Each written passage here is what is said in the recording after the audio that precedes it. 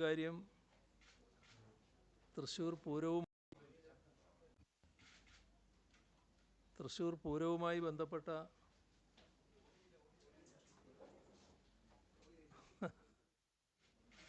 ഞാൻ വന്നിരുന്നിട്ട് ഓഡിയോ നോക്കിയാൽ അങ്ങനെ ഇരിക്കും.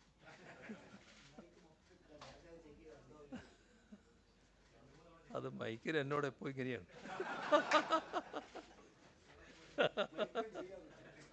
അപ്പം നിങ്ങൾക്കൊരു വാർത്തയായി. Hello hello hello check check.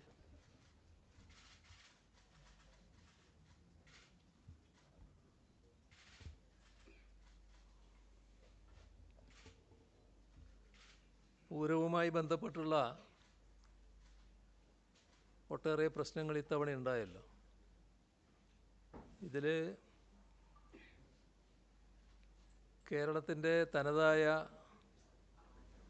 സാംസ്കാരിക അടയാളമായാണ് തൃശ്ശൂർ പൂരത്തെ നാം കാണുന്നത്. മതസൗഹാർദ്ദവും സഹവർത്തിത്വവും വിളിച്ചോതുന്ന ഒരു അന്താരാഷ്ട്ര നിലയിലാണ് തൃശ്ശൂർ പൂരം കഴിഞ്ഞ 2 നൂറ്റാണ്ടിലേറെയായി കൊണ്ടാടുന്നത്. ഇത്തവണ പൂരവുമായി ബന്ധപ്പെട്ട് തുടക്കത്തിൽ തന്നെ ചില പ്രശ്നങ്ങളുണ്ടായിരുന്നു. ഒന്ന് എക്സിബിഷൻ്റെ ഘട്ടത്തിലായിരുന്നു. ആ എക്സിബിഷൻ പ്രശ്നം തറവാടകയുമായി ബന്ധപ്പെട്ട ഒരു പ്രശ്നമായിരുന്നു. ഗൗരവമായൊരു വിഷയമായിട്ട് ഉയർന്നു വന്നു. ആ ഘട്ടത്തിൽ വന്നിരുന്നു. ഇടപെട്ടത് പരിഹാരമാവുകയും ചെയ്തു. ദേവസ്വങ്ങളെല്ലാം ഈ തൃശ്ശൂർ പൂരവുമായി ബന്ധപ്പെട്ട് പ്രവർത്തിക്കുന്ന ദേവസ്വങ്ങളെല്ലാം അതിൽ നല്ല സംതൃപ്തിയാണ് രേഖപ്പെടുത്തിയത്. ഗവൺമെൻറ്റിൻ്റെ ഇടപെടലിനെ നല്ല രീതിയിൽ പ്രകീർത്തിച്ച് തന്നെ അവരെല്ലാവരും സംസാരിക്കുകയുണ്ടായി. അതിൻ്റെ തുടർച്ചയായി ബന്ധപ്പെട്ട് തന്നെ ആനകളുമായി ബന്ധപ്പെട്ട് ചില പ്രശ്നങ്ങൾ ഉയർന്നു വന്നിരുന്നു. അതിലും ഇടപെടാനും നല്ല രീതിയിൽ പരിഹരിക്കാനും കഴിഞ്ഞിരുന്നു. ഇതിലെല്ലാം നാം സ്വീകരിച്ച അല്ലെങ്കിൽ സർക്കാർ സ്വീകരിച്ച നിലപാട് എല്ലാ വിഭാഗം ജനങ്ങളും അണിചേരുന്ന ലോകമെമ്പാടും ശ്രദ്ധിക്കപ്പെടുന്ന പൂരം നമ്മുടെ നാടിൻ്റെ ഏറ്റവും വലിയ ആഘോഷങ്ങളിൽ ഒന്ന് എന്ന നിലയിൽ കുറ്റമറ്റ രീതിയിൽ നടത്താൻ കഴിയുക എന്നുള്ളത് തന്നെയാണ്. അതിനാവശ്യമായ സഹായങ്ങളും സൗകര്യങ്ങളും ചെയ്തു കൊടുക്കുക. ഇതിനാണ് എല്ലാ ഘട്ടത്തിലും സർക്കാർ ശ്രമിച്ചിട്ടുള്ളത്. ഇത്തവണയും ആ നിലക്ക് തന്നെയാണ് പൂരം സംഘടിപ്പിക്കപ്പെട്ടത്. ഇത്തവണത്തെ പ്രത്യേകത ലോക്സഭാ തെരഞ്ഞെടുപ്പിൻ്റെ പ്രചാരണത്തിൻ്റെ ഘട്ടമായിരുന്നു എന്നുള്ളതാണ്. ജനങ്ങൾ വലിയ തോതിൽ പൂരനഗരിയിൽ എത്തുകയും ആഘോഷങ്ങളിൽ പങ്കുകൊള്ളുകയും ചെയ്തു. യഥാർത്ഥത്തിൽ പൂരത്തിൻ്റെ അവസാന ഘട്ടത്തിലാണ് അവിടെ ചില വിഷയങ്ങൾ ഉണ്ടാകുന്നത്. അതുമായി ബന്ധപ്പെട്ട് പൂരം അലങ്കോലപ്പെടുത്താനുള്ള ശ്രമങ്ങളുണ്ടായി എന്നത് ഗൗരവമായി തന്നെ സർക്കാർ കാണുകയുണ്ടായി. അങ്ങനെയാണ് അതിനെക്കുറിച്ചൊരു അന്വേഷണം സമഗ്രമായി നടക്കണം എന്ന് സർക്കാർ നിശ്ചയിക്കുകയും ക്രമസമാധാന ചുമതലയുള്ള ADGPയെ ചുമതലപ്പെടുത്തുകയും ചെയ്തു. ആ അന്വേഷണ റിപ്പോർട്ട് സെപ്റ്റംബർ 23-നാണ്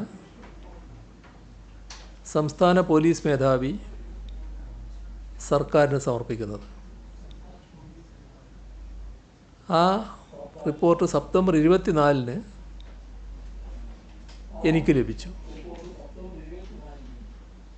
ഈ റിപ്പോർട്ടുമായി ബന്ധപ്പെട്ട് കുറേ കാര്യങ്ങൾ ആ റിപ്പോർട്ടിൽ പറഞ്ഞിട്ടുണ്ട്. പക്ഷേ അതൊരു സമഗ്രമായ അന്വേഷണ റിപ്പോർട്ടായി കരുതാനാവില്ല. ഇവിടെ പലതരത്തിലുള്ള നിയന്ത്രണങ്ങൾ ഈ പൂരം നടത്തിപ്പുമായി ബന്ധപ്പെട്ട് അവിടെ ഏർപ്പെടുത്തേണ്ടി വന്നിട്ടുണ്ട്. അത് എക്സ്പ്ലോസീവ് ആക്ട്, ഈ പെസോ, അതുമായി ബന്ധപ്പെട്ട റെഗുലേഷനുകൾ, വിവിധ വകുപ്പുകൾ ഇക്കാര്യത്തിൽ പുറപ്പെടുവിച്ച മാർഗനിർദ്ദേശങ്ങൾ, പുറ്റിങ്ങൽ വെടിക്കെട്ട് ദുരന്തം സംബന്ധിച്ച് അന്വേഷിച്ച ജുഡീഷ്യൽ കമ്മീഷൻ നൽകിയിട്ടുള്ള ശുപാർശകളുണ്ട്. അതിനുശേഷം ഇത്തരം കാര്യങ്ങളിൽ അതും പരിഗണിക്കപ്പെടുന്നുണ്ട്. മറ്റ് നിയമപരമായ നിബന്ധനകൾ, അവയോടൊപ്പം ബഹുമാനപ്പെട്ട ഹൈക്കോടതിയുടെ വിവിധങ്ങളായ ഉത്തരവുകളുണ്ട്. ഇതെല്ലാം വിവിധ തരത്തിലുള്ള നിയന്ത്രണങ്ങൾ ഏർപ്പെടുത്താനുള്ളതാണ്. പൂരവുമായി ബന്ധപ്പെട്ട വിഷയങ്ങളിൽ വ്യക്തമാകുന്നൊരു കാര്യം, കേരളത്തിലെ സാമൂഹ്യ അന്തരീക്ഷത്തെ അട്ടിമറിക്കാനുള്ള ശ്രമങ്ങൾ അവിടെ നടന്നിട്ടുണ്ട് എന്നുള്ളതാണ്. അത് വ്യക്തമായ ലക്ഷ്യത്തോടെ ആസൂത്രണം ചെയ്ത കാര്യമായിട്ടാണ് കാണാൻ കഴിയുക. അങ്ങനെ സംശയിക്കാനുള്ള അനേകം കാര്യങ്ങൾ റിപ്പോർട്ടിൽ കാണുന്നുണ്ട്. അത് ഗൗരവമായാണ് സർക്കാർ കാണുന്നത്. തെരഞ്ഞെടുപ്പ് ലക്ഷ്യം മുൻനിർത്തി അരങ്ങേറിയ ഒരു ആസൂത്രിതമായ നീക്കം അവിടെ ആവശ്യങ്ങൾ ഉന്നയിക്കുമ്പോൾ നിയമപരമായി അനുവദിക്കാൻ കഴിയാത്ത ആവശ്യങ്ങളെന്ന് പൂർണ്ണ ബോധ്യമുള്ളവ തന്നെ ബോധപൂർവം ഉന്നയിക്കുക, അതിൻ്റെ മേലെ പ്രശ്നങ്ങളുണ്ടാക്കാൻ നോക്കുക. അത്തരം പ്രശ്നങ്ങളൊക്കെ ഈ റിപ്പോർട്ടിൽ പരാമർശിക്കുന്നുണ്ട്. അപ്പം അങ്ങനെയുള്ള ഒട്ടേറെ കാര്യങ്ങൾ റിപ്പോർട്ടിൽ പരാമർശിച്ചവയുണ്ട്. അവയെല്ലാം ഉൾപ്പെടെ അവിടെ നടന്നിട്ടുള്ള കുറ്റകൃത്യങ്ങൾ അന്വേഷിച്ച് കണ്ടുപിടിച്ച് ഭാവിയിൽ തൃശ്ശൂർ പൂരം ഭംഗിയായി നടത്താനുള്ള സംവിധാനമൊരുക്കുക എന്നത് തീർത്തും അനിവാര്യമായൊരു കാര്യമാണ്. ഇവിടെ നമ്മുടെ സാമൂഹ്യ അന്തരീക്ഷം തകർക്കാൻ വേണ്ടിയുള്ള ഒരു കുൽസിത ശ്രമവും അനുവദിക്കാനാവില്ല. ഇതൊരു ആഘോഷവും ഉത്സവം അങ്ങനെ മാത്രം ചുരുക്കി കാണേണ്ട ഒരു കാര്യമല്ല. കേരളീയ സമൂഹത്തെ ആകെ ബാധിക്കുന്ന ഗൗരവമേറിയൊരു വിഷയം എന്ന നിലയിലാണ് ഈ പ്രശ്നത്തെ സർക്കാർ കാണുന്നത്. അതുകൊണ്ട് തന്നെ പൂരവുമായി ബന്ധപ്പെട്ട് ഏതെല്ലാം തരത്തിലുള്ള കുറ്റകൃത്യങ്ങൾ നടന്നിട്ടുണ്ട് അത് സംബന്ധിച്ച് ഗൗരവമായി തന്നെ പരിശോധിക്കുക. ഭാവിയിൽ ഒരു തരത്തിലുള്ള പ്രശ്നങ്ങളുമില്ലാതെ ഭംഗിയായി പൂരം നടത്തിക്കൊണ്ടുപോകുന്നതിനുള്ള ഉറപ്പുണ്ടാക്കുക. ഇതാണ് മന്ത്രിസഭ ഇന്ന് ഈ റിപ്പോർട്ടുമായി ബന്ധപ്പെട്ട് ഗൗരവമായി ചർച്ച ചെയ്തത്. അതിൻ്റെ അടിസ്ഥാനത്തിൽ 3 തീരുമാനങ്ങൾ മന്ത്രിസഭയിൽ നിന്ന് എടുത്തിട്ടുണ്ട്. അതിലൊന്ന്, തൃശ്ശൂർ പൂരം നടന്ന അതുമായി ബന്ധപ്പെട്ട ഈ അന്വേഷണ റിപ്പോർട്ടിൽ വെളിപ്പെടുന്ന കുറ്റകൃത്യങ്ങളെ സംബന്ധിച്ച് വിശദമായ അന്വേഷണം നടത്തി നിയമ നടപടി സ്വീകരിക്കാൻ സംസ്ഥാന ക്രൈംബ്രാഞ്ച് മേധാവിയായ ADGP H. വെങ്കടേഷ് IPSൻ്റെ നേതൃത്വത്തിൽ ഒരു പ്രത്യേക അന്വേഷണ സംഘത്തെ ചുമതലപ്പെടുത്തുക. രണ്ടാമത്തത്,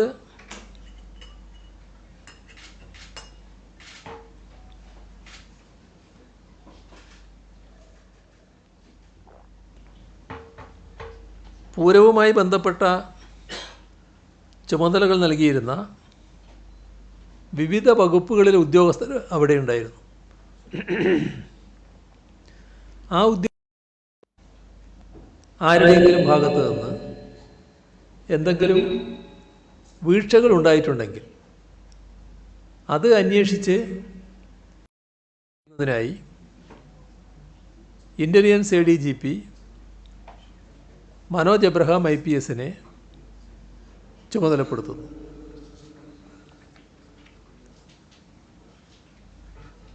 മൂന്നാമത്തത്, ക്രമസമാധാന ചുമതലയുള്ള ADGPയുടെ ഭാഗത്ത് വീഴ്ചയുണ്ടായതായി മേധാവി റിപ്പോർട്ട് ചെയ്തിട്ടുണ്ട്.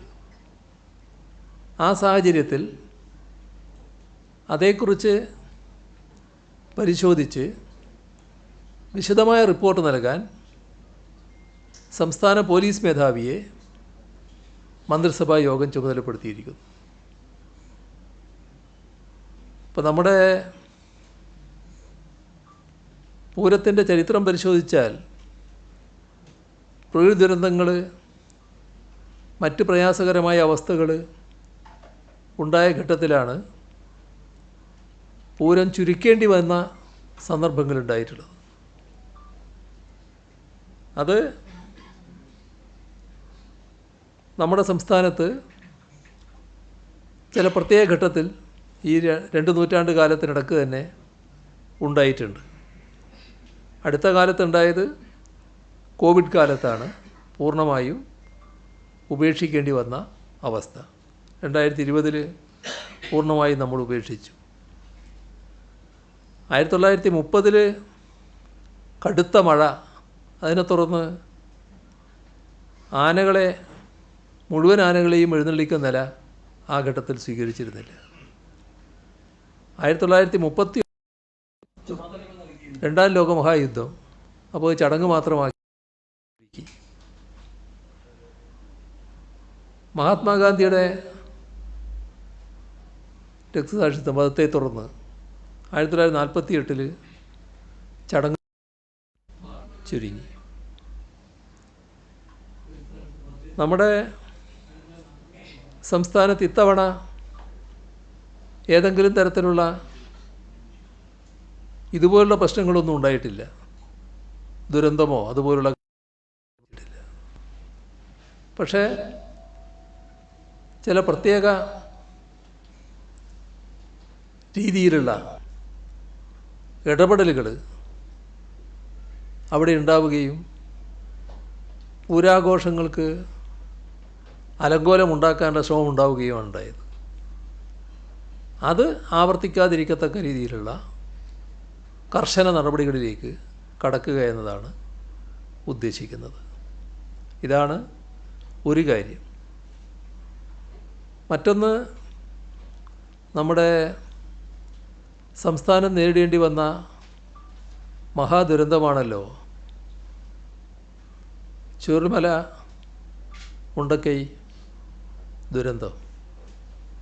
ഈ കാര്യത്തിൽ വലിയ നഷ്ടമാണ് സംസ്ഥാനത്തിന് സംഭവിച്ചത്. നമ്മൾ ആ നഷ്ടം സംഭവിച്ചപ്പോൾ അക്കാര്യത്തിൽ ഫലപ്രദമായ സഹായം കേന്ദ്ര സർക്കാരിൽ നിന്നും ലഭ്യമാകും എന്നാണ് പ്രതീക്ഷിച്ചത്. പക്ഷേ ഇതേവരെ അത്തരമൊരു സഹായം നൽകുന്ന നിലയുണ്ടായിട്ടില്ല. ഈ വർഷത്തെ സംസ്ഥാന ദുരന്ത പ്രതികരണ നിധിയുടെ കേന്ദ്രവിഹിതം കൂടാതെ 219,20,00,000 രൂപയാണ് അടിയന്തര ദുരിതാശ്വാസ സഹായമായി അഭ്യർത്ഥിച്ചത്. ഇവിടെ കേന്ദ്രവിഹിതം സംസ്ഥാന ദുരന്ത പ്രതികരണ നിധിയിൽ കേന്ദ്രവിഹിതമായ 291,20,00,000 രൂപയുടെ ആദ്യ ഗഡു 145.6 കോടി അനുവദിച്ചിട്ടുണ്ട്, നേരത്തെ അനുവദിച്ചിരുന്നു. രണ്ടാം ഗഡുവായ 145,60,00,000 രൂപ അഡ്വാൻസായി ഇപ്പോൾ അനുവദിച്ചു. അതാണ് ഒക്ടോബർ 1 പ്രസ് ഇൻഫർമേഷൻ ബ്യൂറോ വാർത്താക്കുറിപ്പിൽ നിന്ന് മനസ്സിലാക്കുന്നത്. ഇത് സാധാരണ നടപടിക്രമമാണ്. കാര്യം, ഇത് ദുരന്തത്തിൻ്റെ ഭാഗമായി ലഭിക്കുന്ന പ്രത്യേക സഹായമല്ല എന്നുള്ളതാണ്. സാധാരണഗതിയിലുള്ള ഒരു നടപടിക്രമത്തിൻ്റെ ഭാഗം തന്നെയാണ്. വയനാട് ദുരന്തഘട്ടത്തിലും തുറന്നും സംസ്ഥാനത്തിന് സഹായം നൽകാമെന്ന വാഗ്ദാനം ഉണ്ടായിരുന്നു. ഏറ്റവും ഒടുവിലും ആ വാഗ്ദാനം ലഭിച്ചിരുന്നു. പക്ഷേ പ്രത്യേക സഹായമൊന്നും ഇതേവരെ ലഭ്യമായിട്ടില്ല. ഈ കാര്യം മന്ത്രിസഭാ യോഗം ഇന്ന് ചർച്ച ചെയ്തു. അർഹമായ സഹായം എത്രയും വേഗം ലഭ്യമാക്കണമെന്ന് കേന്ദ്രത്തോട് ഒന്നുകൂടി ആവശ്യപ്പെടാനും കേന്ദ്രത്തിൻ്റെ ശ്രദ്ധയിൽ ഈ വിഷയം ഗൗരവമായി കൊണ്ടുവരുന്നതിനും മന്ത്രിസഭാ യോഗം ഇന്ന് തീരുമാനിച്ചിട്ടുണ്ട്. ഇവിടെ വയനാട് ഉരുൾപൊട്ടലിനെ തുടർന്ന് മാതാപിതാക്കൾ 2 പേര് നഷ്ടപ്പെട്ടു പോയ 6 കുട്ടികളുണ്ട്. മാതാപിതാക്കളിൽ ഒരാൾ നഷ്ടപ്പെട്ട 8 കുട്ടികളുണ്ട്. ഈ 2 മാതാപിതാക്കൾ നഷ്ടപ്പെട്ടു പോയ 6 കുട്ടികൾക്ക് 10 ലക്ഷം രൂപ വീതം, മാതാപിതാക്കൾ ഒരാൾ നഷ്ടപ്പെട്ട 8 കുട്ടികൾക്ക് 5 ലക്ഷം രൂപ വീതം നൽകുന്നതിന് മന്ത്രിസഭാ യോഗം തീരുമാനിച്ചിട്ടുണ്ട്. വനിതാ ശിശു വികസന വകുപ്പാണ് ഇത് ഈ കുടുംബങ്ങൾക്ക് നൽകുക. അതേപോലെ തന്നെ അവിടെയുള്ള പുനരധിവാസവുമായി ബന്ധപ്പെട്ട് സ്ഥലം കണ്ടെത്താനുള്ള തുടർച്ചയായ ശ്രമങ്ങൾ നടന്നുകൊണ്ടിരിക്കുകയായിരുന്നു. ഇവിടെ ഏറ്റവും അനുയോജ്യമാണെന്ന് ഇപ്പോൾ കണ്ടെത്തിയിട്ടുള്ളത് 2 സ്ഥലങ്ങളാണ്. ഒന്ന് മേപ്പാടി പഞ്ചായത്തിലെ നെടുമ്പാല എസ്റ്റേറ്റ്, 2 കൽപ്പറ്റ മുനിസിപ്പാലിറ്റിയിലെ എൽസ്റ്റോൺ എസ്റ്റേറ്റ്. ഈ 2ലും മോഡൽ ടൗൺഷിപ്പ് നിർമ്മിക്കാനാണ് മന്ത്രിസഭാ യോഗം കണ്ടിട്ടുള്ളത്. ഇപ്പോൾ ടൗൺഷിപ്പ് നിർമ്മിക്കാൻ ഏറ്റവും അനുയോജ്യമാണെന്ന് കണ്ടെത്തിയിട്ടുള്ള ഈ സ്ഥലങ്ങൾ ഏറ്റെടുക്കുന്നതുമായി ബന്ധപ്പെട്ടുള്ള നിയമപ്രശ്നങ്ങൾ അത് അഡ്വക്കേറ്റ് ജനറലിൻ്റെ അടക്കം വിദഗ്ധോപദേശം തേടിയിരുന്നു. ഇത് വേഗം തന്നെ സ്ഥലം കിട്ടുക എന്നുള്ളത് വളരെ പ്രധാനമാണ്. അപ്പോൾ അതിൻ്റെയൊക്കെ ഭാഗമായി ഇപ്പോൾ കണ്ടിട്ടുള്ളത് ദുരന്ത നിവാരണ നിയമം 2005 പ്രകാരം പൊസഷൻ ഏറ്റെടുക്കുന്നതിനാണ് മന്ത്രിസഭ അനുമതി നൽകുന്നത്. അങ്ങനെയാകുമ്പോൾ സ്ഥലം ലഭ്യമാകുന്നതിന് വലിയ കാലതാമസമുണ്ടാകില്ല. ഇവിടെ നേരത്തെ പ്രഖ്യാപിച്ചതാണ് ദുരന്തത്തിൽ വീടും സ്ഥലവും നഷ്ടപ്പെട്ട കുടുംബങ്ങളെ ഒന്നാം ഘട്ടമായി പുനരധിവസിപ്പിക്കും. അതേസമയം വാസയോഗ്യമല്ലാതായി തീർന്ന സ്ഥലങ്ങളുണ്ട്. അവിടെ താമസിക്കുന്ന കുടുംബങ്ങളെ രണ്ടാം ഘട്ടമായി പുനരധിവസിപ്പിക്കാനാണ് തയ്യാറാവുക. പുനരധിവാസ പദ്ധതിയുടെ 1ഉം 2ഉം ഘട്ടങ്ങളിൽ ഉൾപ്പെടുന്ന ഗുണഭോക്താക്കളുടെ കരട് പട്ടിക വയനാട് ജില്ലാ കളക്ടർ പ്രസിദ്ധീകരിക്കും. ആ പട്ടിക അന്തിമമാക്കുന്നത് സംബന്ധിച്ച വിശദമായ നിർദ്ദേശങ്ങൾ പുറപ്പെടുവിക്കാൻ റവന്യൂ വകുപ്പിനെ ചുമതലപ്പെടുത്തിയിട്ടുണ്ട്. വയനാട് ദുരന്തത്തിൽ മുഴുവൻ കുടുംബാംഗങ്ങളും നഷ്ടപ്പെട്ടുപോയ ശ്രുതി എന്ന യുവതിയുടെ ദാരുണമായ സംഭവം നമുക്കെല്ലാവർക്കും അറിയാവുന്നതാണല്ലോ. അവരുടെ പ്രതിശ്രുത വരനും പിന്നെ നഷ്ടപ്പെട്ടു പോയി. അപ്പോൾ ആ ശ്രുതിക്ക് ജോലി നൽകാൻ മന്ത്രിസഭ തീരുമാനിച്ചിട്ടുണ്ട്.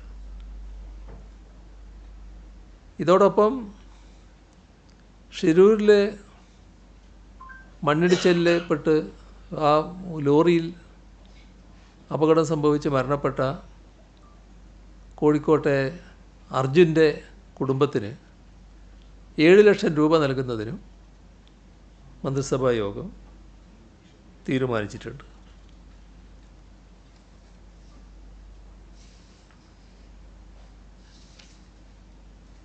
നമ്മുടെ ലോകമൊരു യുദ്ധത്തിലേക്ക് നീങ്ങുകയാണോ എന്ന് സംശയിക്കേണ്ട ഒരു ഘട്ടത്തിലാണല്ലോ കാര്യങ്ങൾ നിൽക്കുന്നത്. വലിയ തോതിലുള്ള യുദ്ധത്തിന് മധ്യേഷ്യയിൽ സാമ്രാജ്യത്വം കളമൊരുക്കുന്ന നിലയാണുള്ളത്. ഇപ്പോൾ ലോകം വലിയ തോതിൽ ഇതിൽ നിന്ന് പിൻവാങ്ങണമെന്ന് ഇസ്രയേലിനോടും മറ്റും ആവശ്യപ്പെടുന്നുണ്ടെങ്കിലും അമേരിക്കയും നാറ്റോ സഖ്യകക്ഷികളും പാലസ്തീനിൽ ഇസ്രയേൽ നടത്തുന്ന ആക്രമണത്തിനും മനുഷ്യക്കുരുതിക്കും വലിയ പിന്തുണയാണ് നൽകി വരുന്നത്. ഇവിടെ ഇത്തരമൊരു ഘട്ടത്തിൽ നമ്മൾ കാണേണ്ടത് സംഘർഷ മേഖലയിൽ ജീവിക്കുന്ന പ്രവാസി മലയാളികളുണ്ട്. നമ്മുടെ രാജ്യത്തിൻ്റെ വിദേശകാര്യ മന്ത്രാലയത്തിൻ്റെയും നോർക്ക റൂട്ട്സിൻ്റെയും ജാഗ്രതാ നിർദ്ദേശങ്ങൾ ശ്രദ്ധിക്കുകയും പാലിക്കുകയും ചെയ്യണമെന്നാണ് അവരോട് പ്രത്യേകമായി അഭ്യർത്ഥിക്കാനുള്ളത്. ഏറ്റവും പ്രതിഷേധാർഹമായ നിലപാടാണ് ഇസ്രയേൽ ഈ ഭാഗത്ത് സ്വീകരിക്കുന്നത്. ലോക പൊതുജനാഭിപ്രായം അംഗീകരിക്കാൻ തയ്യാറല്ല. ഐക്യരാഷ്ട്രസഭ ജനറൽ അസംബ്ലി പ്രമേയം മുഖേന പിൻവാങ്ങാൻ ആവശ്യപ്പെട്ടെങ്കിലും കൂടുതൽ കടുത്ത നടപടികളിലേക്കാണ് ഇസ്രയേൽ നീങ്ങിക്കൊണ്ടിരിക്കുന്നത്. ഇതാണ് പൊതുവെ പറയാനുള്ള കാര്യങ്ങൾ.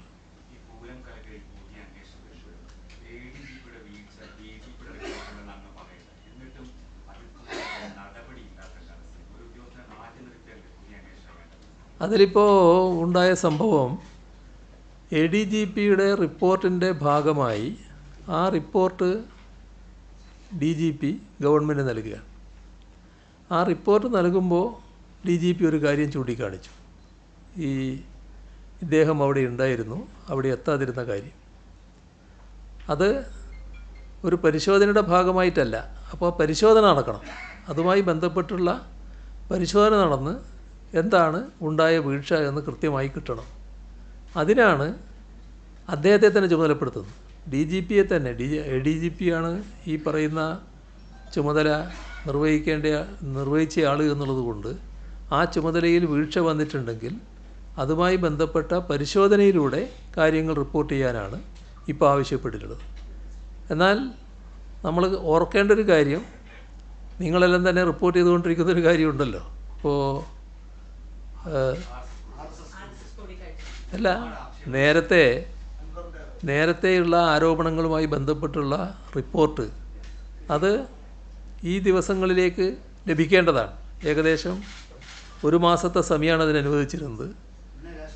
അതെ, നിങ്ങളൊക്കെ തന്നെ റിപ്പോർട്ട് ചെയ്യുന്നുണ്ടല്ലോ ഇന്നൊക്കെയാണ്. അപ്പോൾ അത് കയ്യിൽ കിട്ടുന്ന മുറക്ക് അതുമായി ബന്ധപ്പെട്ട തീരുമാനങ്ങളും വരും. ഇതുമായി ബന്ധപ്പെട്ടുള്ള പരിശോധനയും അതിന് റിപ്പോർട്ടും വരികയും ചെയ്യട്ടെ. അതാണ്. അല്ല, നിങ്ങളെ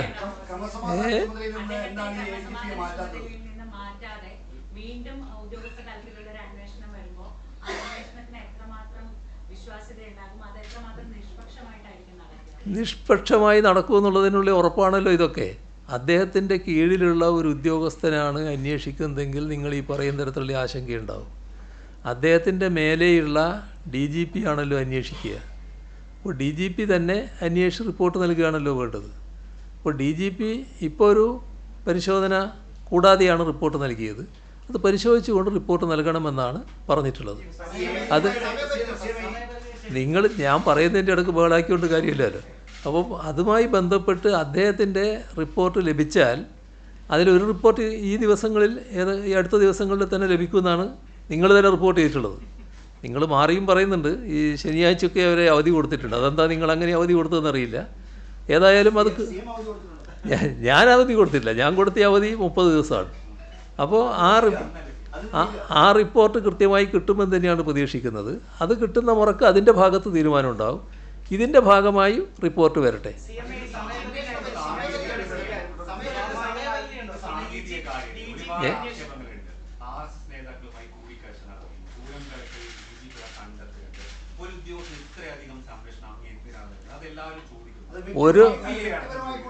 ഇത് സംരക്ഷണത്തിൻ്റെ പ്രശ്നമല്ല. ഒരു ഉദ്യോഗസ്ഥനെ ആ സ്ഥാനത്ത് നിന്ന് എന്തെങ്കിലും നടപടിയെടുക്ക് വിധേയനാക്കുമ്പോൾ അതുമായി ബന്ധപ്പെട്ട കൃത്യമായ റിപ്പോർട്ട് വേണം. ആ റിപ്പോർട്ടിനാണ് കാത്തു നിൽക്കുന്നത്. ആ റിപ്പോർട്ട് ലഭിക്കട്ടെ.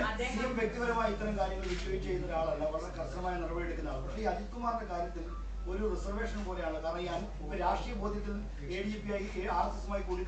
തെറ്റെന്ന് പോലും അങ്ങ് പറയുന്നില്ല. പറഞ്ഞ കാര്യം ഞാൻ നേരത്തെ പറഞ്ഞിട്ടുണ്ട്. അത് നിങ്ങൾക്കെല്ലാവർക്കും ഓർമ്മയുള്ളതാണ്. അത് അന്വേഷണ റിപ്പോർട്ട് വരട്ടെ. ആ റിപ്പോർട്ട് വന്നതിന് ശേഷം എന്താണ് തീരുമാനമെടുക്കേണ്ടത് അന്നേരം ആലോചിക്കാമെന്നാണ്. ഒരു ആരോപണം വന്നതിൻ്റെ അടിസ്ഥാനത്തിൽ മാത്രം ഒരാളെ ഒഴിവാക്കുക എന്നുള്ളൊരു നിലപാട് സ്വീകരിക്കുന്നില്ല എന്നാണല്ലോ അതിലൂടെ വ്യക്തമാകുന്നത്. അത് ആരോപണം സംബന്ധിച്ച് അന്വേഷിക്കാനുള്ള അതിൻ്റേതായ നിയതമായ സമ്പ്രദായങ്ങൾ നമുക്കുണ്ട്. ആ സമ്പ്രദായം പ്രകാരം അന്വേഷണം നടക്കട്ടെ. അന്വേഷണം നടന്ന് റിപ്പോർട്ടുകൾ വന്നാൽ ഫലപ്രദമായി നടപടികളിലേക്ക് കടക്കും. നിങ്ങൾ മനസ്സിലാക്കേണ്ടത്, നിങ്ങൾ എല്ലാവരും കൂടി പറഞ്ഞാൽ ഇത് ആർക്കും കേൾക്കാൻ പറ്റില്ല.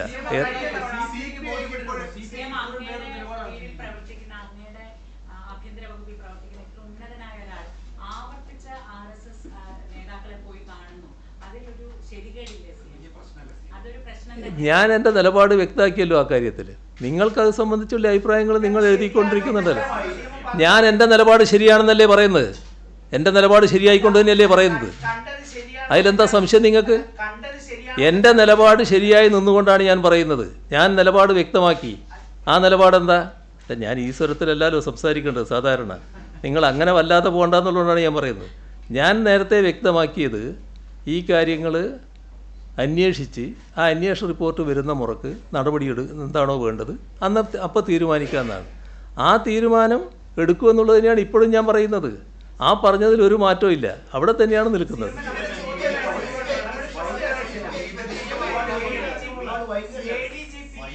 അത് നിങ്ങൾക്കുള്ള അഭിപ്രായം നിങ്ങൾ എഴുതിക്കൊണ്ടിരിക്കുന്നത്. അത് നിങ്ങളിപ്പോൾ ഇവിടെ ആവർത്തിക്കുന്നല്ലേ ഉള്ളൂ.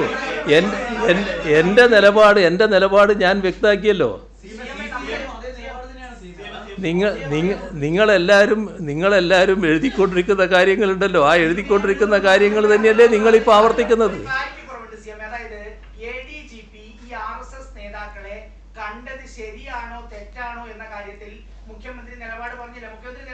അത് ഞാൻ പറയേണ്ടത് ആ റിപ്പോർട്ടിന് ശേഷമാണ്. അതും ചുമതലപ്പെടുത്തിയിട്ടുണ്ട്. അതുമായി ഞാനൊരു നിലപാട് എടുത്തു കഴിഞ്ഞാൽ പിന്നെ ആ നിലപാടിൻ്റെ ഭാഗമായിട്ടുള്ള നടപടിയല്ലേ വരിക. നിങ്ങൾ മനസ്സിലാക്കേണ്ടത്, നിങ്ങൾ ആഗ്രഹിക്കുന്ന നിലപാടിനനുസരിച്ചിട്ടുള്ള ഒരു നിലപാട് എൻ്റെ ഭാഗത്ത് ഉണ്ടാകണമെന്ന് നിർബന്ധിക്കരുത്. അപ്പോൾ അതിൽ കാണേണ്ടത് പരിശോധന കഴിഞ്ഞ് ആ പരിശോധനയുടെ ഭാഗമായി വരുന്ന റിപ്പോർട്ട് എന്താണോ അതിൻ്റെ ഘട്ടത്തിലാണ് ഞാൻ എൻ്റെ നിലപാട് പറയേണ്ടത്. അല്ലാതെ ഞാൻ പറഞ്ഞു തീരട്ടെ. അല്ലാതെ അതിനു മുൻപ് ധൃതി പിടിച്ച് ആ നിലപാട് പറയലല്ല ഔചിത്യം.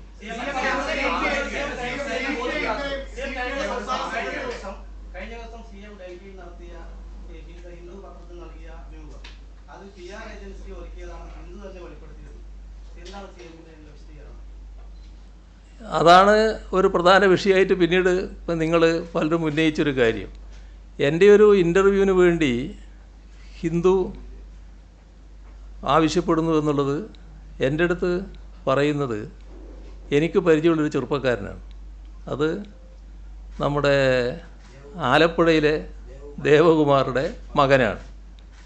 അദ്ദേഹം ഹിന്ദുവിന് ഒരു ഇൻ്റർവ്യൂ കൊടുത്തൂടെ എന്ന് ചോദിക്കുകയാണ്. അപ്പോൾ ഈ ഹിന്ദുവിന് ഇൻ്റർവ്യൂ കൊടുക്കുന്നതിന് വേറെ പ്രശ്നമൊന്നുമില്ല. അത് എനിക്കും താല്പര്യമുള്ള കാര്യമാണ്. ആയിക്കോട്ടെ എന്ന് ഞാൻ പറഞ്ഞു. അപ്പോൾ സമയം എങ്ങനെയാണെന്ന് ചോദിച്ചപ്പോൾ സമയം വളരെ കുറവാണ്. Committee meeting ഒക്കെയാണല്ലോ. അതിനിടക്കുള്ളൊരു സമയം ഞാൻ പറഞ്ഞു. അവർ വന്നപ്പോൾ ഇവർ രണ്ടുപേരാണ്. ഒന്ന് ഒരു ലേഖികയാണ്, നമ്മുടെ ഒറ്റപ്പാലത്തുകാരിയാണെന്ന് പറഞ്ഞു. ഞാൻ ചോദിച്ചപ്പോൾ അപ്പോൾ അവർ പറഞ്ഞു, ഞാൻ നിങ്ങളെ നേരത്തെ ഇൻ്റർവ്യൂ ചെയ്തിട്ടുണ്ട്. എനിക്കത് ഓർമ്മയുണ്ടായിരുന്നില്ല. നേരത്തെ അവർ ഇൻ്റർവ്യൂ ചെയ്തിട്ടുണ്ടെന്ന് എന്നോട് പറഞ്ഞു. ഞാനത് ഓർക്കുന്നില്ല. ഏതായാലും അവരെ പരിചയപ്പെട്ടു. ഇൻ്റർവ്യൂ ആരംഭിച്ചു. ഇൻ്റർവ്യൂവിൽ പിന്നെ നിങ്ങൾ സാധാരണ സ്വഭാവം അനുസരിച്ച് ഒരുപാട് ചോദ്യം ചോദിക്കുമല്ലോ. ആ ചോദ്യങ്ങളെല്ലാം ഞാൻ മറുപടിയും പറഞ്ഞു. എല്ലാ ചോദ്യങ്ങൾക്കും മറുപടി പറഞ്ഞു. അതിലൊരു ചോദ്യം അൻവറിൻ്റെ പ്രശ്നവുമായി ബന്ധപ്പെട്ടായിരുന്നു. ഞാൻ പറഞ്ഞു അത് ഞാൻ വളരെ വിശദമായി പറഞ്ഞു കഴിഞ്ഞതാണ്. അത് വീണ്ടും ഞാൻ ആവർത്തിക്കുന്നില്ല. നമുക്കിന്ന് അത്ര സമയവുമില്ല. അതുകൊണ്ട് അതിലേക്ക് ഞാനിപ്പോൾ വിശദമായിട്ട് പോകുന്നില്ല എന്ന് പറഞ്ഞ് അവസാനം അവർ പറഞ്ഞു, നല്ല വിഷമകരമായ ചോദ്യമൊക്കെ ഞാൻ ചോദിച്ചിരുന്നു, പക്ഷേ നിങ്ങളെല്ലാറ്റിനും നല്ല നിലക്കാണ് മറുപടി പറഞ്ഞത് എന്നൊക്കെ പറഞ്ഞ് പിരിയുകയും ചെയ്തു. പക്ഷേ ഇൻ്റർവ്യൂ പ്രസിദ്ധീകരിച്ച് വന്നപ്പോൾ ആ പ്രസിദ്ധീകരിച്ചതിൽ ഞാൻ പറയാത്ത ഭാഗമുണ്ടായി. എന്നോട് ചോദിച്ച ചോദ്യങ്ങൾക്കെല്ലാം ഞാൻ കൃത്യമായിട്ട് ഉത്തരം പറഞ്ഞാണല്ലോ. നിങ്ങൾക്ക് അറിയാമല്ലോ ഞാൻ എൻ്റെ നിലപാടുകൾ എന്താണെന്നുള്ളത്. ഈ ഒരു ജില്ലയെ, ഏതെങ്കിലും ഒരു ജില്ലയെയോ ഏതെങ്കിലും ഒരു വിഭാഗത്തെയോ പ്രത്യേകമായി കുറ്റപ്പെടുത്തി അങ്ങനെ സംസാരിക്കുന്ന ഒരു രീതി എൻ്റെ ഒരു പൊതുപ്രവർത്തന രംഗത്ത് നിങ്ങൾക്കാർക്കെങ്കിലും കാണാൻ കഴിഞ്ഞിട്ടുണ്ടോ ഇതേവരെ? അങ്ങനെയൊരു നില എൻ്റെ ഭാഗത്ത് ഉണ്ടാവില്ലല്ലോ. പക്ഷേ ഇവർക്ക് അതിൻ്റെ അത്തരത്തിലുള്ള ഒരു എൻ്റേതായിട്ട് എങ്ങനെ കൊടുക്കാൻ കഴിഞ്ഞു എന്നുള്ളത് മനസ്സിലാക്കാനേ കഴിയാത്ത കാര്യമാണ്. അതിന് പിന്നെ അവരുടെ വിശദീകരണം വന്നിട്ടുണ്ട്. ഇതിൽ കാണേണ്ടത് ഞാനോ സർക്കാരോ ഒരു PR ഏജൻസിയെയും ചുമതലപ്പെടുത്തിയിട്ടില്ല. നിങ്ങൾ ചിലർ ചോദിക്കുന്നുണ്ട് എത്ര പൈസയാണ് കൊടുത്തത്. ഒരു പൈസയും ഈ PR ഏജൻസിക്ക് വേണ്ടി ഞാനോ സർക്കാരോ ചെലവഴിച്ചിട്ടുമില്ല. ഇത് ഈ ദേവകുമാറിൻ്റെ മകൻ എന്ന് പറയുന്നത് രാഷ്ട്രീയമായി ചെറുപ്പം മുതലേ ഞങ്ങളുടെ കൂടെ നിൽക്കുന്നൊരു ആളാണ്, കൃത്യമായ രാഷ്ട്രീയ നിലപാടുള്ള ആളാണ്. പിന്നെ ദേവകുമാറും നമ്മളൊക്കെ ബന്ധം എല്ലാവർക്കും അറിയാമല്ലോ. അപ്പോൾ അതിൻ്റെ ഭാഗമായി അയാളിങ്ങനെ പറഞ്ഞപ്പോൾ ഒരു ഇൻ്റർവ്യൂ ആകാമെന്ന് സമ്മതിച്ചു എന്നുള്ളത് മാത്രമേ ഉള്ളൂ. അതിൻ്റെ ഒരു അയാളെ നയിച്ചിട്ടുണ്ടാകുക അത് ആ രാഷ്ട്രീയ നിലപാടിൻ്റെ ഭാഗമായിട്ട് തന്നെയാണ്. മറ്റു കാര്യങ്ങൾ അവർ തമ്മിൽ തീരുമാനിക്കേണ്ടത് എനിക്കറിയില്ല.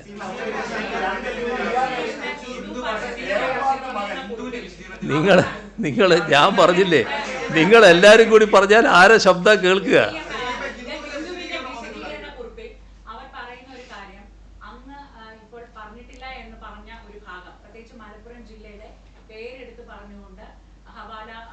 പണത്തെയും സ്വർണ്ണക്കടത്തിനെയും കുറിച്ച് പറയുന്നു എന്ന് പറഞ്ഞ ആ ഭാഗം ഈ PR ഏജൻസി രേഖാമൂലം എഴുതി കൊടുക്കുകയും അത് മുഖ്യമന്ത്രി മുൻപ് പറഞ്ഞൊരു കാര്യമാണ്, അതുകൊണ്ട് അത് ഉൾപ്പെടുത്തണം എന്ന് അവരോട് ആവശ്യപ്പെടുകയും ചെയ്തു എന്നുള്ളത് ഹിന്ദു വ്യക്തമാക്കിയിട്ടുണ്ട്. അപ്പോൾ അങ്ങനെ അങ്ങയുടെ അറിവില്ലാതെയാണോ അവർ അത് ആവശ്യപ്പെട്ടതെന്നുണ്ടെങ്കിൽ ഈ PR ഏജൻസി എന്ന് പറഞ്ഞ അങ്ങയുടെ അഭിമുഖത്തിന് സമയത്ത് അവിടെ ഉണ്ടായിരുന്നു എന്ന് പറയുന്നവർക്കെതിരെ നിയമ നടപടി കേസെടുക്കാൻ സർക്കാർ തയ്യാറാകും. അതിൽ മനസ്സിലാക്കേണ്ട കാര്യം ഈ പറയുന്ന തരത്തിൽ ഒരു ഭാഗം സാധാരണഗതിയിൽ അങ്ങനെ കൊടുക്കാൻ പാടില്ലല്ലോ. അതുകൊണ്ടാണല്ലോ മാന്യമായിട്ട് തന്നെ ഹിന്ദു അതിനകത്ത് ഖേദം രേഖപ്പെടുത്തുന്ന അവസ്ഥയുണ്ടായത്. വളരെ മാന്യമായ നിലയാണ് അവർ സ്വീകരിച്ചത്. ഏതെങ്കിലും ഒരു ഭാഗം കിട്ടിയാൽ ആ കിട്ടിയതിൻ്റെ ഭാഗമായിട്ട് ഞാൻ പറഞ്ഞതായിട്ട് കൊടുക്കാൻ പാടുണ്ടോ? ഞാൻ പറയല്ലേ, ഞാൻ പറഞ്ഞ കാര്യങ്ങൾ നിങ്ങളെല്ലാവരും ഇപ്പോൾ എഴുതുക മാത്രമല്ലല്ലോ, ഫോണിൽ റെക്കോർഡ് ചെയ്യില്ലേ. ആ ഫോൺ അവിടെ വെച്ചുകൊണ്ട് റെക്കോർഡ് ചെയ്തുകൊണ്ടിരിക്കുന്നുണ്ടല്ലോ. ഇതിനൊന്നും ഞാൻ ഉത്തരം പറയാതിരിക്കുന്നില്ല. ആകെ ഉത്തരം പറയാതിരുന്ന ഒരു കാര്യം മാത്രമല്ല, അത് ഞാൻ പറഞ്ഞല്ലോ. ഈ അൻവറിൻ്റെ കാര്യം വന്നപ്പോൾ അത് ഉത്തരം പറയാൻ വിഷമിച്ചതുകൊണ്ടല്ല, ദീർഘമായിട്ട് പറയേണ്ടതാണ്. നേരത്തെ ഞാൻ ദീർഘമായി പറഞ്ഞിട്ടുണ്ട്, അതുകൊണ്ട് പറയുന്നില്ല എന്നാണ് ഞാൻ പറഞ്ഞത്. അപ്പോൾ അതുമായി ബന്ധപ്പെട്ട് അവർ തമ്മിലുള്ള കാര്യങ്ങൾ എന്താണ് നടന്നതെന്ന് എനിക്ക് കൃത്യമായിട്ട് പറയാൻ പറ്റില്ല. പക്ഷേ അതേസമയം ഈ പറയുന്ന ഏതെങ്കിലും ഭാഗം അവരവരുടെ അടുക്കൽ നിന്ന് വാങ്ങിയിട്ടുണ്ടോ, ഈ പറയുന്ന ചെറുപ്പക്കാരൻ്റെ അടുക്കൽ നിന്ന് വാങ്ങിയിട്ടുണ്ടോ എന്ന് പരിശോധിക്കേണ്ട കാര്യമാണ്. അവിടെ ഞാൻ സംസാരിച്ചുകൊണ്ടിരിക്കുമ്പോൾ ഒരാൾ കൂടി കടന്നു വരുന്നുണ്ട്. ഇവർ രണ്ടാളാണ് ആദ്യം വന്നത്, പിന്നെ ഒരാൾ കൂടി കടന്നു വരുന്നുണ്ട്. ഞാൻ അയാളെ കാണുന്നത് എങ്ങനെയാണ്? ഈ വന്ന ഹിന്ദുവിൻ്റെ മാധ്യമപ്രവർത്തകയുടെ കൂടെയുള്ള ആളെന്നേ ഞാൻ മനസ്സിലാക്കുന്നുള്ളൂ. പിന്നെയാണ് പറയുന്നത് അത് ഏതോ ഒരു ഏജൻസിയുടെ ആളാണെന്ന്. എനിക്ക് അത്തരം ഒരു ഏജൻസി അറിയില്ല, ആ വന്നയാളെ എനിക്കറിയുന്നതല്ല. അവിടെ വന്നിരുന്നു എന്നുള്ളത് ശരിയാണ്. ഞാൻ കേരള ഹൗസിൽ ഇരിക്കുന്ന സമയത്താണ് അത് നടക്കുന്നത്. അപ്പോൾ എനിക്കൊരു ഏജൻസിയുമായിട്ടും ഒരു ബന്ധവുമില്ല, ഒരു ഏജൻസിയും ചുമതലപ്പെടുത്തിയിട്ടുമില്ല, ഒരു ഏജൻസിക്കും ഇതിൻ്റെ ഉത്തരവാദിത്വം കൊടുത്തിട്ടുമില്ല. പിന്നെ എങ്ങനെയാണ് ഈ സെപ്റ്റംബർ 13 ഈ ഏജൻസി തന്നെ ഈ അങ്ങി പറഞ്ഞ കാര്യങ്ങളെ പറ്റി പത്രക്കുറിപ്പ് അവിടുത്തെ മാധ്യമങ്ങൾക്ക് നൽകുന്നത് എങ്ങനെയാണ്? അപ്പോൾ അവരെങ്ങനെയാണ് ആ ഒരു പത്രക്കുറിപ്പ് ഈ മലപ്പുറവുമായി ബന്ധപ്പെട്ടും ഈ സ്വർണ്ണക്കടത്തുമായി ബന്ധപ്പെട്ട് പിടികൂടി സർക്കാരിന്റെ നടപടികൾ വിശദീകരിക്കുന്ന ഒരു വാർത്താക്കുറിപ്പ് സെപ്റ്റംബർ 13 തന്നെ അവിടെ മാധ്യമങ്ങൾക്ക് ഈ ഗെയ്സൺ എന്ന് പറഞ്ഞ ഏജൻസി നൽകിയിട്ടുണ്ട്. അതപ്പോൾ ആരാണ് അവരെ ചുമതലപ്പെടുത്തിയതിനൊക്കെ? ഞങ്ങളൊരു ഏജൻസിയെയും ചുമതലപ്പെടുത്തിയിട്ടില്ല.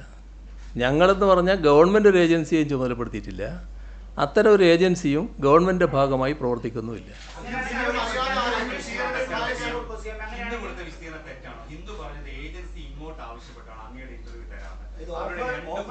നിങ്ങൾ തമ്മിലുള്ള മാധ്യമങ്ങൾ തമ്മിലുള്ള പോരിന് എന്നെ ഇടയാക്കരുത്. നിങ്ങൾ ആ വഴി സ്വീകരിക്കരുത്. ഹിന്ദുവിനെ പറ്റി ഞാൻ പറഞ്ഞു, ഹിന്ദു മാന്യമായ നിലപാടാണ് സ്വീകരിച്ചത്. നിങ്ങളാണെങ്കിൽ സ്വീകരിക്കില്ല. ആ മാന്യമായ നിലപാടെന്ന് പറഞ്ഞാൽ അത് ചെയ്യാൻ പാടില്ലാത്തതായിരുന്നു. മുഖ്യമന്ത്രി പറഞ്ഞ കാര്യങ്ങൾ, മുഖ്യമന്ത്രി പറയാത്ത കാര്യങ്ങൾ ഉൾപ്പെടുത്തിയത് ശരിയായില്ല എന്ന് തന്നെ അവർ വ്യക്തമായി പറഞ്ഞിട്ടുണ്ട്. അത്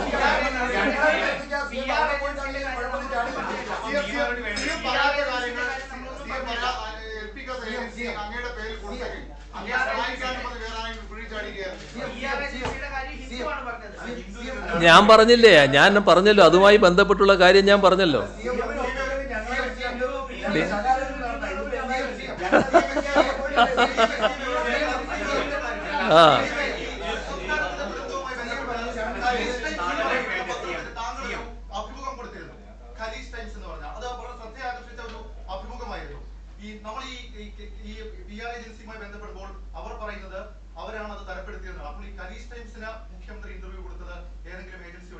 ഗൾഫിലുള്ള പലരും പല ഏജൻസികളും എൻ്റെ അടുത്ത് ഇൻ്റർവ്യൂ എടുക്കാറുണ്ട്. പല ഘട്ടങ്ങളിൽ എടുത്തിട്ടുണ്ട്. ഇപ്പോൾ അല്ല, വർഷങ്ങൾക്ക് മുൻപേ എടുത്തിട്ടുണ്ട്. ഇപ്പോൾ എടുത്ത മാത്രമല്ല, വർഷങ്ങൾക്ക് മുൻപേ എടുക്കാറുണ്ട്. അത് ഗൾഫിലുള്ള പല മാധ്യമങ്ങളും അവിടെയുള്ള മലയാളികളുടെ സാന്നിധ്യം വെച്ചുകൊണ്ട് കാര്യങ്ങൾ പലതും അറിയാൻ താല്പര്യം പ്രകടിപ്പിക്കാറുണ്ട്. എന്താണെന്ന് എനിക്കിപ്പോൾ കൃത്യമായിട്ട് പറയാൻ പറ്റില്ല.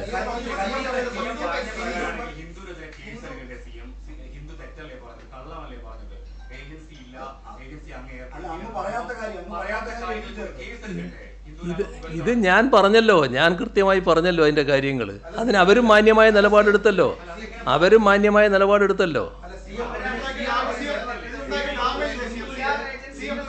ഡാമേജ് ഉണ്ടാക്കാൻ വേണ്ടിയല്ലേ നിങ്ങളെല്ലാവരും ശ്രമിച്ചുകൊണ്ടിരിക്കുന്നത്.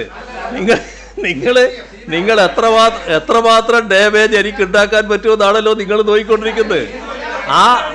ആ മോഹത്തോടു കൂടി തന്നെ നിങ്ങൾ നിൽക്കുന്നതേ എനിക്ക് പറയാനുള്ളൂ. അതുകൊണ്ട് മാത്രം ഡാമേജായി പോകുന്ന ഒരു വ്യക്തിത്വമല്ല എനിക്കുള്ളത് എന്നത് ആവർത്തിച്ച് വ്യക്തമാക്കാൻ ഞാൻ ആഗ്രഹിക്കുകയാണ്.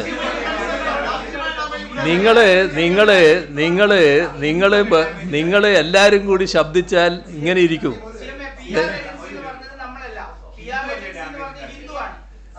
ഏത്?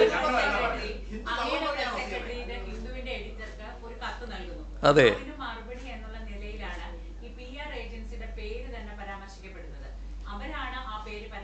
അതെ, അതിനാണ് ഞങ്ങൾ വ്യക്തമാക്കുന്നത്.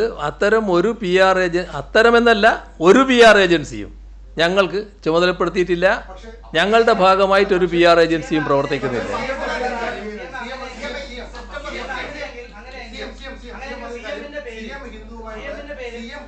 അഭിമുഖം നടത്തുമ്പോൾ മൂന്നാമതൊരാൾ CM-ന്റെ റൂമിലേക്ക് കടന്നു വന്നു പറയുന്നു.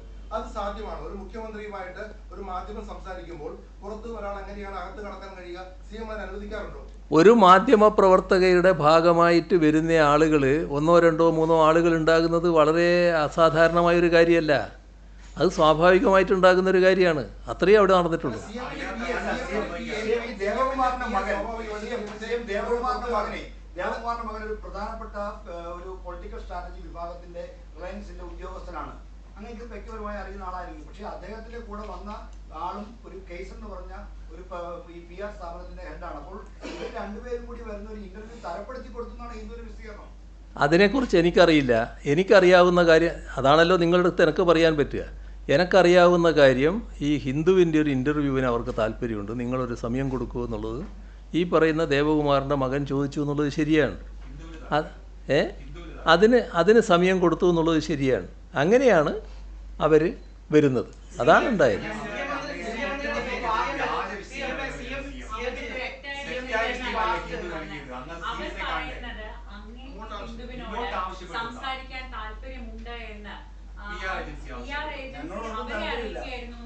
ഞാൻ പറഞ്ഞല്ലോ, ഞാനൊരു PR ഏജൻസിയും ബന്ധപ്പെട്ടിട്ടില്ല.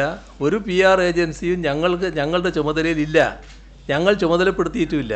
നിങ്ങൾ പറഞ്ഞല്ലോ പൈസ കൊടുത്തത് എത്രയാണ്. ഒരു പൈസയും ഞങ്ങൾ ഒരു ഏജൻസിക്കും കൊടുത്തിട്ടുമില്ല. ആകെ ബന്ധപ്പെട്ടത് ഈ പറഞ്ഞ നമ്മുടെ ദേവകുമാറിൻ്റെ മകനാണ്. അയാൾ ഇങ്ങനൊരു ആവശ്യം ഉന്നയിച്ചപ്പോൾ അത് സമ്മതിച്ചിട്ടുള്ളത് ശരിയാണ്. അതിൻ്റെ ഭാഗമായിട്ടാണ് ഇൻ്റർവ്യൂ നടന്നത്.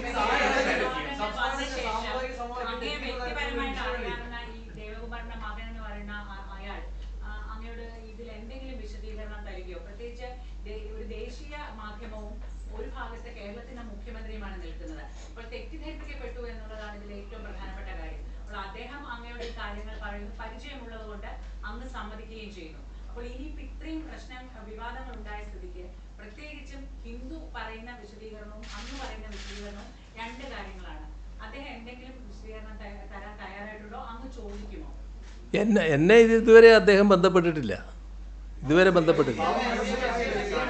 സാധാരണ ഇന്റർവ്യൂ നടത്തുമ്പോൾ നമുക്കറിയാം വളരെ സീരിയസ് സുരക്ഷാ പ്രശ്നമൊക്കെ. അപ്പം ഒരു ലേഖിക വരുമ്പോൾ സുബ്രഹ്മണ്യൻ മറ്റൊരാളൊക്കെ അങ്ങ് അറിയാതെ കയറിയിരിക്കുകയോ അരമണിക്കൂർ അവിടെ ഇരിക്കുകയൊക്കെ ചെയ്യാൻ പറ്റുന്നത് അത് വിശ്വസനീയമായ കാര്യമാണ്. അങ്ങ് അനുവദിക്കാറുണ്ടോ?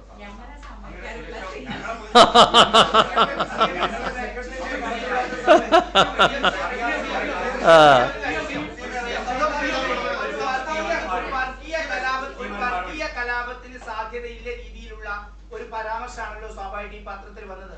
അങ്ങനെയെങ്കിൽ ഈ സുബ്രഹ്മണ്യത്തിനെതിരെ ഒരു നടപടി വേണ്ട CM-നെ. ആരോ CM-നെ കുഴിയിൽ ചാടിക്കാനുള്ള ഒരു ശ്രമം, സർക്കാരിന്റെ നീക്കങ്ങളെ തടയാനുള്ള ഒരു ശ്രമം, അതിലേക്ക് ബോധപൂർവ്വം CM പറയാത്ത മലപ്പുറം എന്ന വാക്ക് വരുന്നു. വേറെ എന്തോ ഉദ്ദേശം അതിന്റെ പിറകിലുണ്ടോ CMA? അത് തമാശയായിട്ട് വിട്ടാൽ മതി, അതൊരു അന്വേഷണമാണ്. ഏതായാലും നിങ്ങൾ ഞാൻ പറയാത്തതാണ് എന്ന് പറഞ്ഞ് അംഗീകരിച്ചതിന് നന്ദി. അത് ഇപ്പോഴെങ്കിലും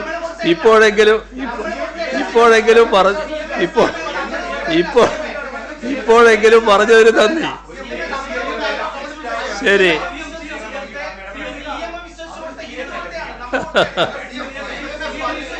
ഇതില് ഏത് തൃശ്ശൂർ പൂരം കലക്കാൻ വേണ്ടി ശ്രമം നടക്കുന്ന ശ്രമം ഉണ്ടായിരുന്നു അങ്ങ് പറഞ്ഞു. അതിനകത്ത് ഉയരുന്ന ഒരു ആരോപണം സംഘപരിവാറിന്റെ ഇടപെടലാണ്. അത്തരത്തിൽ ഇടപെടൽ ഉണ്ടായിട്ടുണ്ടോ അങ്ങയുടെ? ഇതിനകത്ത് ശരിയല്ലാത്ത രീതിയിലുള്ള ചില ഇടപെടലുകൾ, ശ്രമങ്ങൾ ഉണ്ടായി എന്ന് സൂചനകളുണ്ട്. അതിൽ സംഘപരിവാറിനെ പറ്റിയും ചില ആക്ഷേപങ്ങൾ നിലനിൽക്കുന്നുണ്ട്. മറ്റു കാര്യങ്ങൾ വിശദമായിട്ട് അന്വേഷിച്ച് വരട്ടെ. ഈ അന്വേഷണ ഘട്ടത്തിൽ മറ്റു കൂടുതൽ കാര്യങ്ങൾ ഞാൻ പറയുന്നത് ഔചിത്യമാണെന്ന് തോന്നുന്നില്ല. ഏതായാലും ഈ റിപ്പോർട്ടിൽ അതുമായി ബന്ധപ്പെട്ട് ചില പരാമർശങ്ങൾ കൂടി ഉണ്ട് എന്നുള്ളത് തന്നെയാണ് വസ്തുത. അങ്ങയുടെ കുടുംബത്തിന്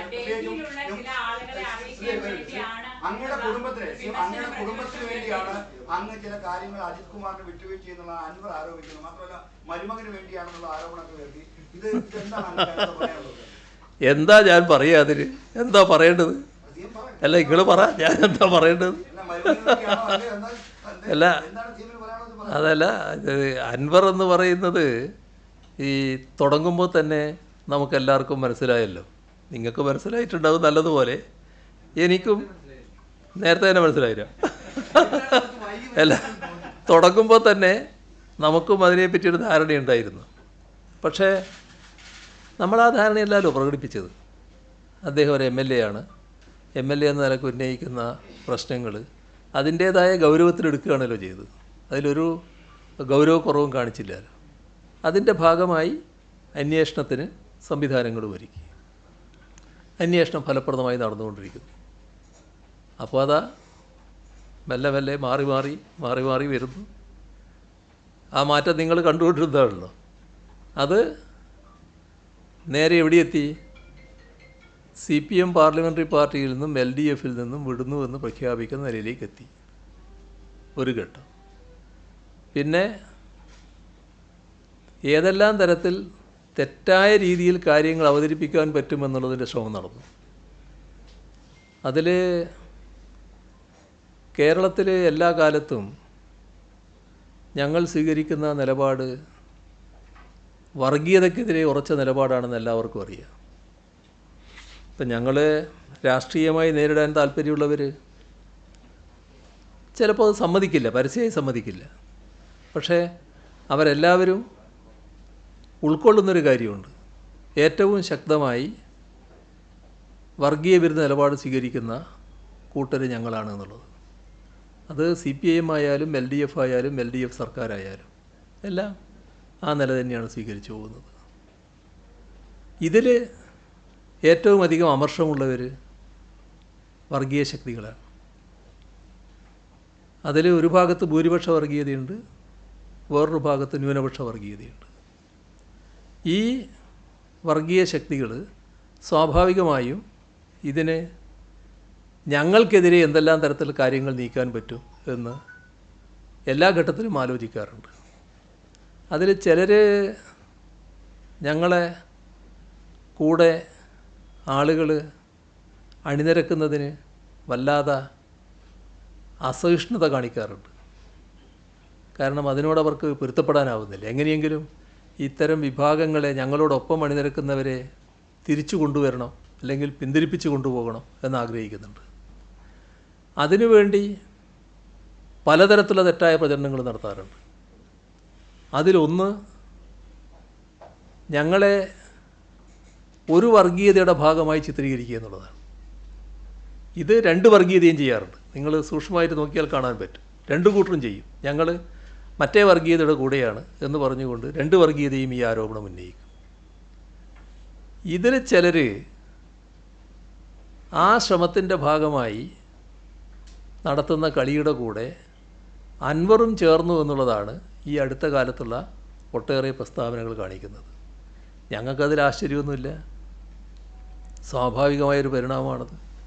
ഇനിയിപ്പം പുതിയ പാർട്ടി രൂപീകരിച്ച് കാര്യങ്ങൾ നീക്കാനാണെങ്കിൽ അതും നോക്കട്ടെ. അതിൻ്റെ ഭാഗമായി അതിനെയും നേരിട്ട് പോവുക എന്നുള്ളതാണ് ഇവിടെ കാണേണ്ടത്. അദ്ദേഹത്തിൻ്റെ ലക്ഷ്യം ഇപ്പോൾ പ്രഖ്യാപിച്ചു കഴിഞ്ഞിട്ടുണ്ട്. അത് CPIM ഉം LDF ഉം LDF സർക്കാരുമാണ്. സ്വാഭാവികമാണ്, ഇതിൻ്റെ എല്ലാം പ്രതീകമായിട്ട് നിൽക്കുന്ന ഒരാളാണ് ഞാൻ. എനിക്കെതിരെ ചില ആക്ഷേപങ്ങൾ ഉന്നയിച്ചു എന്ന് വരും. അത് ഒരുപാട് കാലമായിട്ട് ഉന്നയിച്ചുകൊണ്ടിരിക്കുകയാണല്ലോ. ആക്ഷേപങ്ങളെല്ലാം ഉള്ളപ്പോഴും ഞാൻ നിങ്ങളുടെ കൂട്ടത്തിൽ തന്നെ ഉണ്ടല്ലോ ഇവിടെ. അത് നമുക്ക് ആ നിരക്കേ കാണാനുള്ളൂ. ഞാനതിൽ എന്തെങ്കിലും പ്രകോപിതമായി മറുപടി പറയാൻ ഇപ്പോൾ നിൽക്കുന്നില്ല. അങ്ങയുടെ പൊളിറ്റിക്കൽ സെക്രട്ടറിക്കെതിരെ ഒരു പരാതി അദ്ദേഹം സമൂഹ മാധ്യമങ്ങളിലൂടെ പുറത്തുവിട്ടു. അതായത് ഈ രണ്ട് വലിയ വലിയ ആളുകൾ തമ്മിലുള്ള തർക്കത്തിൽ മധ്യസ്ഥനായി ഇടപെട്ട് പണം കൈപ്പറ്റുന്നു, മറ്റ് ഓഫീസിൽ വരുന്ന സ്ത്രീകളോട് പരിധി വിട്ട് പെരുമാറുന്നു. ഈ രണ്ടും അദ്ദേഹം സമൂഹ മാധ്യമത്തിൽ പുറത്തുവിട്ട ഈ പരാതിയിലുണ്ട്. അത് ഗോവിന്ദമാഷ് കൊടുത്ത പരാതിയാണെന്നാണ് അതിനകത്ത് കാണുമ്പോൾ മനസ്സിലാവുന്നത്. അപ്പോൾ അത് അങ്ങ് ശ്രദ്ധയപ്പെട്ടിട്ടുണ്ടോ? അതിനോട് എന്താണ് അങ്ങയുടെ പ്രതികരണം? അതൊക്കെ അൻവറിൻ്റെ ശീലത്തിൽപ്പെട്ട കാര്യങ്ങൾ പറയുന്നതായിരിക്കുന്നു. അതൊന്നും ഞങ്ങളെ ഓഫീസിലുള്ള ആൾക്ക് ബാധക ഡീലിങ്സിൽ പലതരത്തിലുള്ള ഇടപാടുകൾ ഉണ്ടാവുമായിരിക്കും. അതിൻ്റെ ഭാഗമായി ഇത്തരത്തിലുള്ള ഒത്തുതീർപ്പുകളോ അല്ലെങ്കിൽ മറ്റു തരത്തിലുള്ള കൂട്ടുകെട്ടുകളോ ഒക്കെ ഉണ്ടാകാം. ഞങ്ങളെ ഓഫീസിൽ ആരും ഈ ബിസിനസ്സുകാർ തമ്മിലുള്ള ഒത്തുതീർപ്പുണ്ടാക്കാൻ വേണ്ടി നടക്കുന്നവരല്ല. പിന്നെ എല്ലാവരുടെയും മറ്റു തരത്തിൽ സഞ്ചരിച്ച് എല്ലാറ്റിലേക്കൊന്നും ഞാനിപ്പോൾ പോണ്ടാലോ. അതൊന്നും നല്ല മാർഗ്ഗമല്ല. നല്ല മാർഗ്ഗമല്ല എന്നാണ് ഞാൻ പറയുന്നത്. അതൊന്നും ഒരു നല്ല മാർഗ്ഗമല്ല. ആ നല്ല മാർഗ്ഗമല്ലാത്ത വഴി അൻവർ സ്വീകരിക്കുമ്പോൾ അതിൻ്റെതായ രീതിയിൽ അതിനോട് പ്രതികരിക്കാൻ ഇപ്പം ഞാൻ നിൽക്കുന്നില്ല എന്ന് മാത്രമേ ഉള്ളൂ. ഏതായാലും ഞാൻ നേരത്തെ പറഞ്ഞിട്ടുണ്ട്, അവജ്ഞയോടെ ആ അധിക്ഷേപങ്ങളെല്ലാം തള്ളിക്കളയുകയാണ്. ഒരു തരത്തിലുള്ള സംശയത്തിൻ്റെ നിഴലിലുമല്ല എൻ്റെ ഓഫീസിലിരിക്കുന്നവർ നിൽക്കുന്നത്.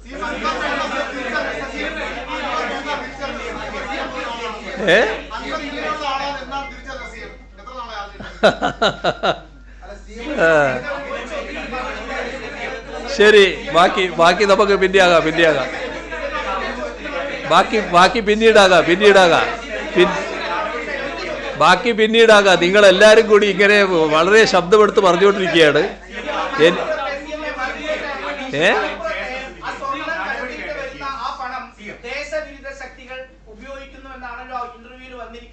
യഥാർത്ഥത്തിൽ അത് വളരെ ഗൗരവമുള്ള വിഷയമാണല്ലോ. CM അത് ചിരിക്കാൻ മാത്രമാണ് ചെയ്ത മറുപടിയിൽ. അതിലെന്തെങ്കിലും അന്വേഷണം ഉണ്ടാവോ? ഈ സുബ്രഹ്മണ്യനെതിരെ നടപടിയെടുക്കുമോ? അവിടെ വർഗീയ കലാപം ഉൾപ്പെടെ നീങ്ങുന്ന രീതിയിലേക്കാണ് വൈകാരിക പ്രതികരണം വന്നിരിക്കുന്നത്. ചെറിയ കാര്യമല്ലല്ലോ CM അത്. അവിടെ അതുമായി ബന്ധപ്പെട്ടുള്ള നിലപാടുകൾ കൃത്യമായി വ്യക്തമാക്കി കഴിഞ്ഞിട്ടുണ്ട്. ആ വ്യക്തമാക്കി കഴിഞ്ഞ കാര്യങ്ങൾ പിന്നെയും നിങ്ങൾ ആവർത്തിച്ചുകൊണ്ടിരിക്കുകയാണ്. അത്രയേ ഉള്ളൂ. ശരി. നിങ്ങൾക്ക് മറുപടിയല്ല വേണ്ടത്. നിങ്ങൾ വെറുതെ ബഹളം വെക്കാൻ മാത്രമാണ് ഉദ്ദേശിക്കുന്നത്. അത്രയേ ഉള്ളൂ. അത് നിങ്ങൾ ഉദ്ദേശിക്കുന്നത് അതാണ്. അതിന്റെ ഭാഗമായിട്ടുള്ള കളിയാണ് നിങ്ങൾ കളിക്കുന്നത്. അത് മനസ്സിൽ വെച്ചാൽ മതി. ആ കളി ഞാൻ നേരത്തെ പറഞ്ഞല്ലോ. ആ കളി അങ്ങനെ എടുക്കേണ്ട കാര്യമില്ല.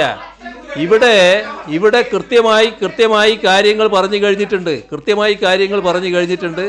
ആ കാര്യങ്ങൾ കൃത്യമായി മനസ്സിലാക്കാൻ നിങ്ങൾക്ക് സാധിക്കണം. ഞാൻ പറഞ്ഞ കാര്യങ്ങൾ തന്നെ പിന്നെയും നിങ്ങൾ ആവർത്തിച്ചുകൊണ്ടിരിക്കുകയാണ്. നിങ്ങൾ ഒരാൾ മാത്രമാണ് ഇങ്ങനെ നിലപാടെടുക്കുന്നത്. നിങ്ങൾ കാണണം. ഇത്രയും ആളുകൾ ഇവിടെ ഇരിക്കുന്നുണ്ടല്ലോ. ആ ഇരിക്കുന്ന ആളുകളിൽ ഒരാൾ മാത്രം എന്താണ് ഇങ്ങനെ വ്യക്തമായൊരു നിലപാട് സ്വീകരിക്കാൻ? ഇവിടെ എന്തോ ചോദിക്കാൻ നിൽക്കുന്നു. ചോദിക്ക്.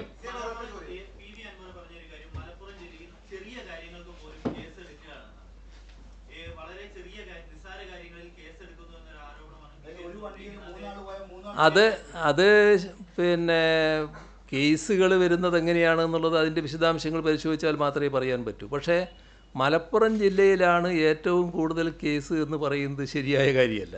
അതൊരു വസ്തുതയല്ല. നമുക്ക് ജില്ലാടിസ്ഥാനത്തിലെടുത്താലും ജനസംഖ്യാടിസ്ഥാനത്തിലെടുത്താലും അത് വസ്തുതയല്ല എന്ന് കാണാൻ കഴിയും. ഇപ്പം ഞാനതിൻ്റെ കണക്കുകളിലേക്ക് പോകുന്നില്ല എന്നേ ഉള്ളൂ. ഞാൻ ഈ പത്രസമ്മേളനം അവസാനിപ്പിക്കാൻ പോകുന്ന സമയമായതുകൊണ്ടാണ് അതിൻ്റെ കണക്കിലേക്ക് പോകുന്നത്. പിന്നീട് ഘട്ടത്തിൽ നമുക്കെടുക്കാതെ അല്ല, ഞാൻ പറയട്ടെ പിന്നീട് ഘട്ടത്തിൽ വേണമെങ്കിൽ നമുക്കത് എടുക്കാം. പക്ഷേ ഇപ്പോൾ കണക്കുകൾ പരിശോധിച്ചാൽ നമുക്ക് കാണാൻ കഴിയും അവിടെ ആ ജില്ലയെക്കാളും കൂടുതൽ കേസുകളുള്ള ജില്ലകൾ കാണാൻ പറ്റും. ജനസംഖ്യാടിസ്ഥാനത്തിലെടുത്താലും കൂടുതൽ കേസുകളുടെ സ്ഥലം കാണാൻ പറ്റും. അപ്പോൾ ഒരു തരത്തിലും കേസ് അവിടെയാണ് കൂടുതലെന്ന് പറയാൻ പറ്റില്ല. പിന്നെ ഓരോ കേസിൻ്റെയും സാഹചര്യം വേറെയായിരിക്കും. അതെന്താണെന്നുള്ളത് പരിശോധിച്ചേ പറയാൻ പറ്റും. ഏതായാലും ഇവിടെ അവസാനിപ്പിക്കുകയാണ്.